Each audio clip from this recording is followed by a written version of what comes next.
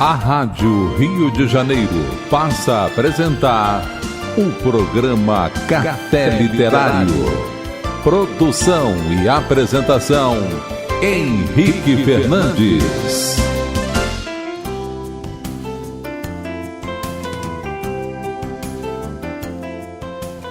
Querido amigo ouvinte, inicia o programa Café Literário pelas ondas fraternas da Rádio Rio de Janeiro.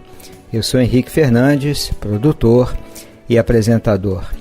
Nos últimos programas, temos falado sobre a obra Felicidade, a prática do bem-estar, do escritor Matthieu Ricard, da editora Palas Atena. Um tempo atrás, gravamos 2 ou 3 programas sobre esse mesmo livro, destacando alguns capítulos, algumas passagens, compartilhando com você, querido amigo, algumas reflexões sobre o tema em questão. Então nós estamos revisitando alguns desses programas, fazendo algumas modificações, como também estamos gravando alguns programas novos em torno dessa obra. Fica aqui então o convite para que você continue nos acompanhando na abordagem desse livro, refletindo sobre um tema sempre tão atual e sempre tão importante para você, para mim, para todos nós. Adquirirmos um pouco mais de contentamento, pensarmos sobre o bem-estar, a alegria de viver, não apenas dentro de uma perspectiva individual, mas como um trabalho de construção que vai além da dimensão pessoal, porque envolve dimensões sociais, dimensões coletivas. Portanto, pensar num projeto de felicidade, de bem-estar para todos que estamos neste planeta. No Tibete, por volta de 1820, um malfeitor muito temido por sua crueldade foi certa vez à caverna de um famoso eremita. A sua intenção era roubar as magras provisões do eremita. Entrando na caverna, viu-se na presença de um homem idoso, muito sereno, que meditava com os olhos fechados. Tinha o cabelo todo branco, e a expressão do seu rosto irradiava paz, amor e compaixão. No exato momento em que o malfeitor viu o sábio, a sua agressividade desapareceu, e ele ficou vários minutos ali, olhando para aquele homem maravilhado. Em seguida, após pedir a bênção, retirou-se. A partir de então, sempre que o malfeitor via a oportunidade de fazer mal a alguém, a face serena do velho de cabelos brancos surgia em sua mente, e ele abandonava o seu plano maldoso. Visualizar cenas assim não é brincar de autossugestão, mas é sim estar em ressonância com a bondade básica que subjaz em nossa própria essência. Acabamos de ler uma história real contada por Matthieu Ricard na sua obra Felicidade, a prática do bem-estar. No final do capítulo 8, na página 114, é um capítulo muito importante que se chama Quando os pensamentos se tornam nossos piores inimigos. Eu considero, amigo ouvinte, um capítulo muito importante porque ele nos ajuda a tomar consciência dos nossos pensamentos e a treinar uma forma mais adequada, mais construtiva de lidarmos com os próprios pensamentos. E há 3 capítulos que eu quero destacar. Já citamos o de número 8, que fala precisamente dos pensamentos. Depois, no capítulo 9, ele vai falar do rio das emoções, para no capítulo 10 voltar o foco da sua análise para um tema específico dentro desse rio das emoções: as emoções perturbadoras e os seus remédios. Esses 3 capítulos propõem uma reflexão e métodos interessantes para lidarmos com os pensamentos e com as emoções, especialmente as emoções mais difíceis. E por que isto, amigo ouvinte? Porque a alegria de viver, esse estado interior de contentamento, de felicidade, envolve necessariamente uma nova atitude diante dos nossos pensamentos e diante das nossas emoções. A forma como uma pessoa lida com os pensamentos e com as emoções tem uma relação direta, um impacto determinante no nosso estado de humor, na nossa disposição afetiva para lidarmos com a vida e os seus desafios, lidarmos com as pessoas, lidarmos com tudo que faz parte da nossa existência aqui no mundo. Por esta razão, eu entendo que a leitura, o estudo desses 3 capítulos em particular pode nos ajudar de uma maneira muito adequada. O nosso autor, Matthieu Ricard, em vários momentos desses 3 capítulos, ele vai falar de uma emoção que é sempre um desafio para todos nós: a raiva, o ódio, a vingança. Esse pacote emocional, afetivo, que representa para todos nós, é bem verdade, algum grau de desafio. Tomar consciência e cuidar das nossas emoções e dos nossos pensamentos é uma atitude de construção de saúde e bem-estar. Há um autor importante, Joseph Ledoux, que chega a dizer: a saúde mental depende da higiene emocional. E na grande maioria, os problemas mentais refletem o colapso da organização emocional. Por isso, o nosso autor, Matthieu Ricard, propõe alguns passos valiosos para cuidarmos das nossas emoções. E considerando a questão da raiva, que é o ponto que nós queremos destacar, é importante nós olharmos com cuidado para esta emoção.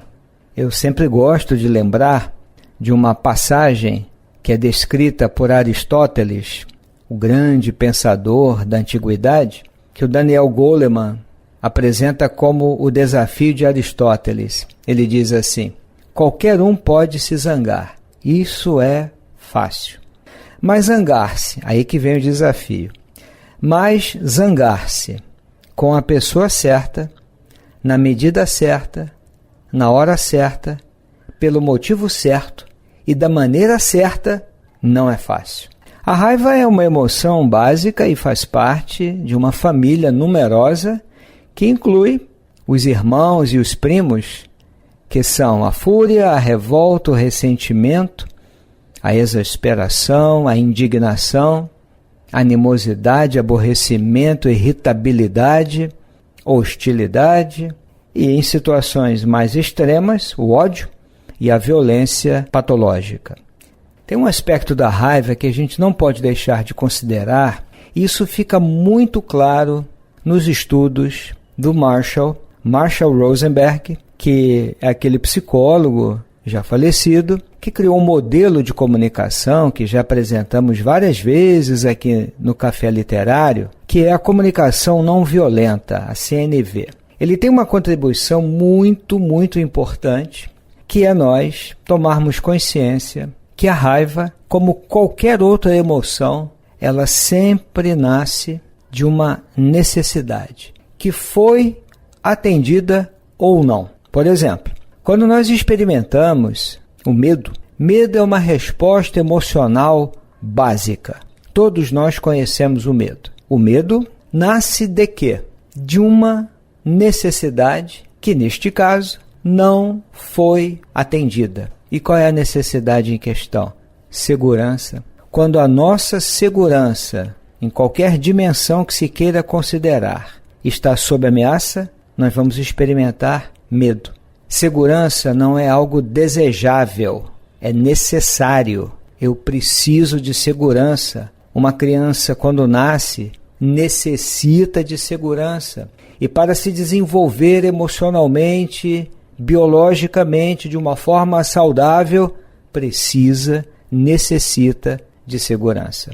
Agora a pergunta que deve ser colocada, amigo ouvinte, de qual necessidade que, obviamente, não foi atendida, nasce a raiva. Eu entendo que compreender isto faz uma diferença muito grande, porque nós não nos percebemos, digamos, perdidos numa primeira abordagem das nossas emoções. A emoção, ela traz uma carga, digamos assim, e ela tem uma fonte, ela tem uma raiz, que é exatamente a necessidade, ou um valor. É algo muito importante para mim e que, portanto, tem um valor de necessidade. Pensemos juntos. Quando sofremos um ataque, uma agressão, um insulto, uma traição, quando alguma coisa ameaça a nossa integridade, quando estamos diante de uma contrariedade, quando vivenciamos situações de ameaça à nossa autoestima, à nossa dignidade, à nossa integridade, quando sofremos algum tipo de tratamento injusto, grosseiro, quando somos alvo de um preconceito, e o preconceito fere a pessoa, qualquer que seja o preconceito, a injustiça, a humilhação, a frustração na busca de um objetivo importante, esse pacote muito complexo e infelizmente muito comum, ele pode disparar a nossa raiva. E por que isto? Porque esse conjunto, insulto, traição, ataque, ameaça à nossa integridade e assim por diante, injustiça, humilhação, preconceito, esse pacote é uma ameaça ao nosso valor pessoal, o valor de pessoa. Isso não pode ser desrespeitado. Então, uma primeira reação do ser humano é a raiva. Como você pôde fazer isto comigo? Vem a raiva, a indignação, que é uma raiva justa.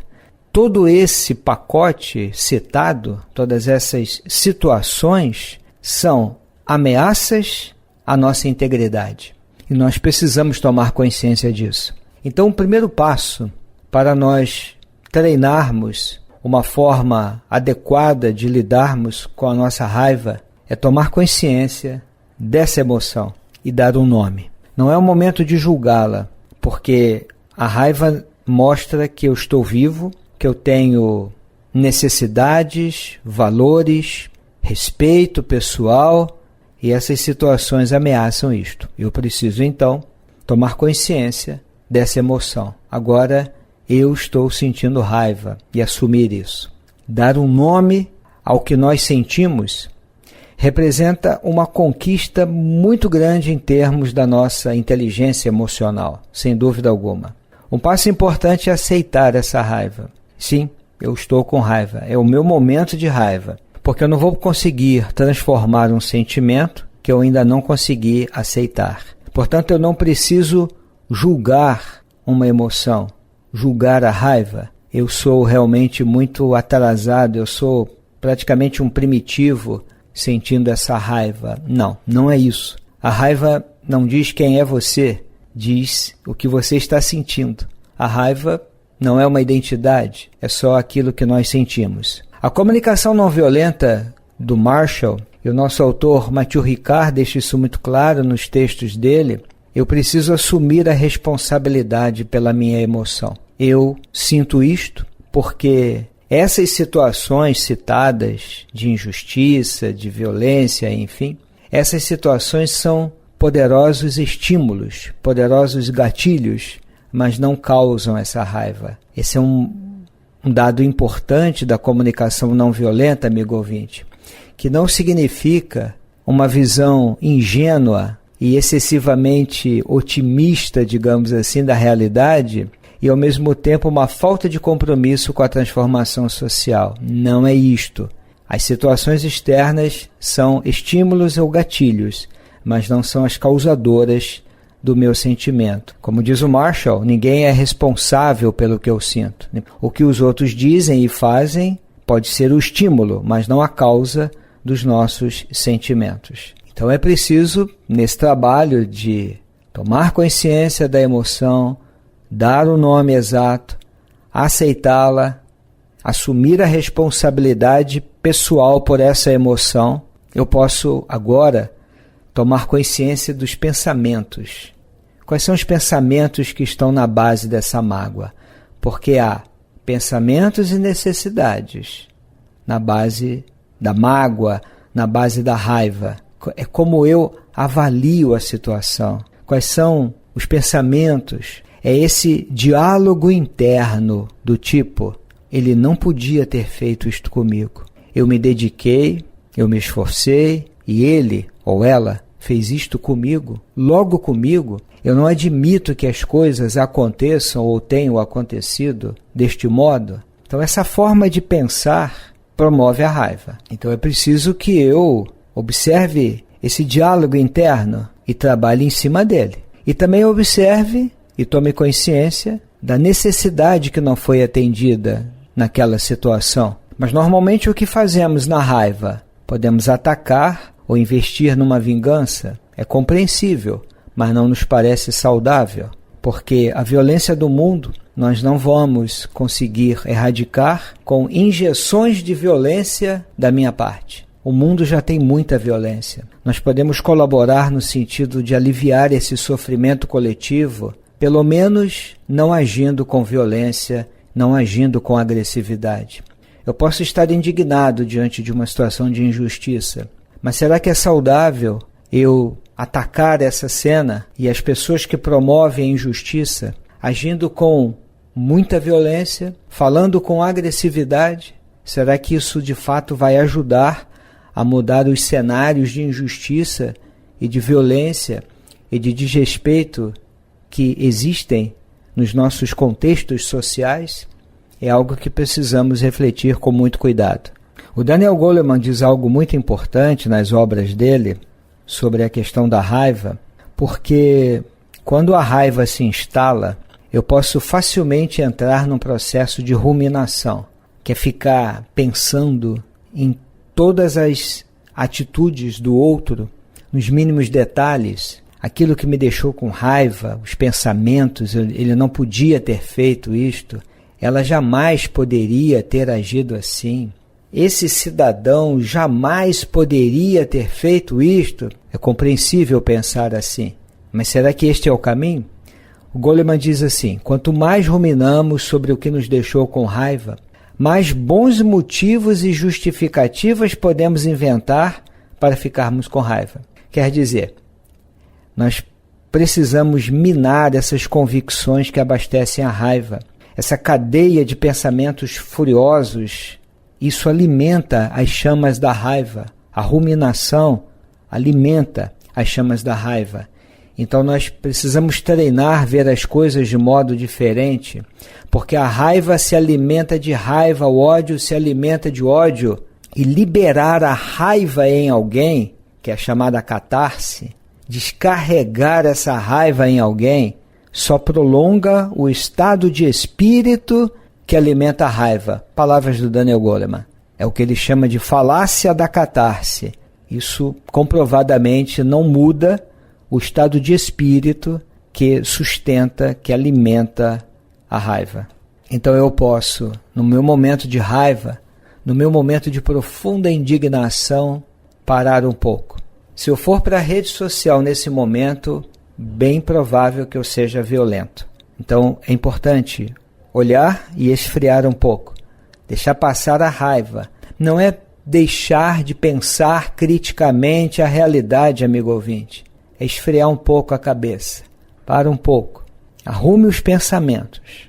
Vamos tomar consciência das emoções, desse rir das emoções, como diz o Mathieu Ricard. Arrumar a cabeça quer dizer, vamos lá, eu estou vendo essa cena, eu estou vivendo esta situação, eu acho que isso não cabe, que isso não é justo, eu não mereço isto, a sociedade não merece isto. Podemos pensar qualquer coisa, mas vamos arrumar a forma de pensar.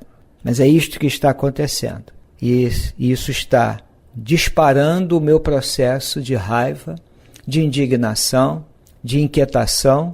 A minha mente fica reativa e eu quero atacar. Esse é um caminho, mas será que é o melhor caminho? Então, os estudos mostram que é muito saudável parar um pouco. Pare e se observe e escute as suas emoções. Se for possível, se for num nível interpessoal, depois de esfriar a cabeça, sentar e conversar. Falar dos seus sentimentos, falar das suas necessidades que não foram atendidas por aquela pessoa, e você pode fazer um pedido para que isso não ocorra mais, para que essa pessoa observe que isso te fere na sua integridade. Isso pode ser um caminho interessante. E quando esses sentimentos ocorrem dentro de um contexto social mais amplo, a sociedade como um todo, a relação com o Estado, isso vai exigir ações no coletivo, porque não podemos perder a capacidade de nos indignarmos diante da injustiça. O que está em questão é a resposta nossa em relação a tudo isso. Responder com violência, com mais violência.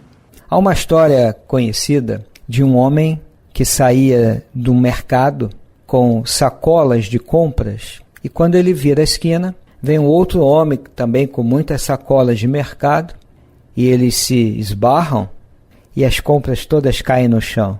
Só que aquele que se sentiu injustiçado por isso, olha para o homem e diz: "Você não olha para onde anda? Parece um cego." E o homem que ouviu isto respondeu: "Mas, meu irmão, eu realmente sou cego." De repente, aquele homem que se sentiu injustiçado foi tomado de uma profunda compaixão pelo outro, que não é pena, compaixão. Ele realmente não enxerga como eu enxergo, então ele não podia me ver.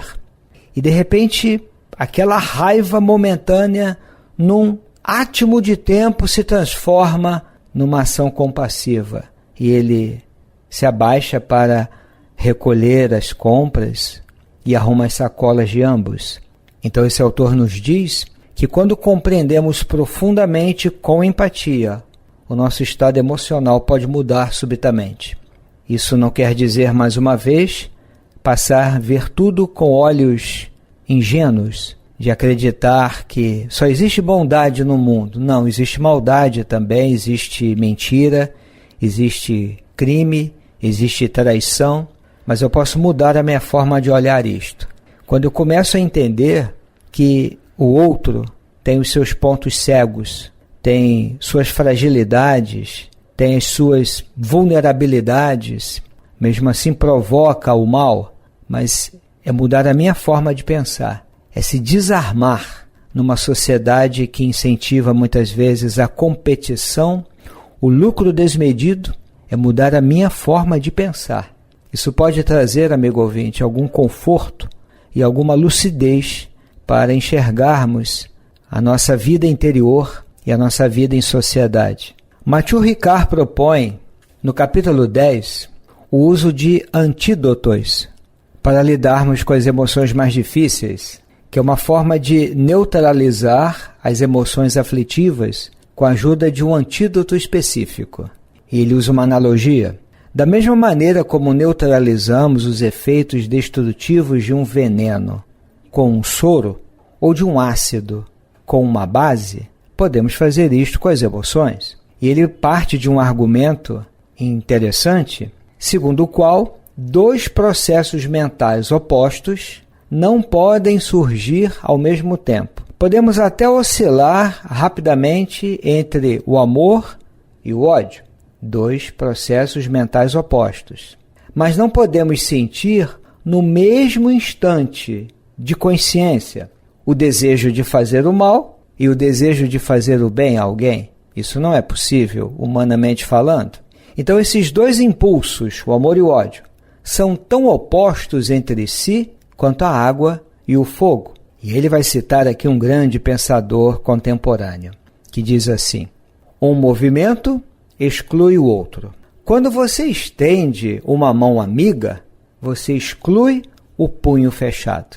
Que bonito esse pensamento. Então, quando, por exemplo, treinamos a mente para o amor altruísta, pouco a pouco eliminamos o ódio, porque esses dois estados mentais podem se alternar, mas não podem ocorrer no mesmo instante de tomada de consciência. Então ele diz, quanto mais cultivarmos a bondade, menos espaço há para o ódio na nossa paisagem mental. Ele não está dizendo que devemos reprimir o ódio, mas voltar a mente para algo oposto, que é o amor e a compaixão. Isso me parece muito sugestivo, amigo ouvinte. Vale a pena pensarmos um pouco sobre esse tema com base nos estudos do Matthieu Ricard.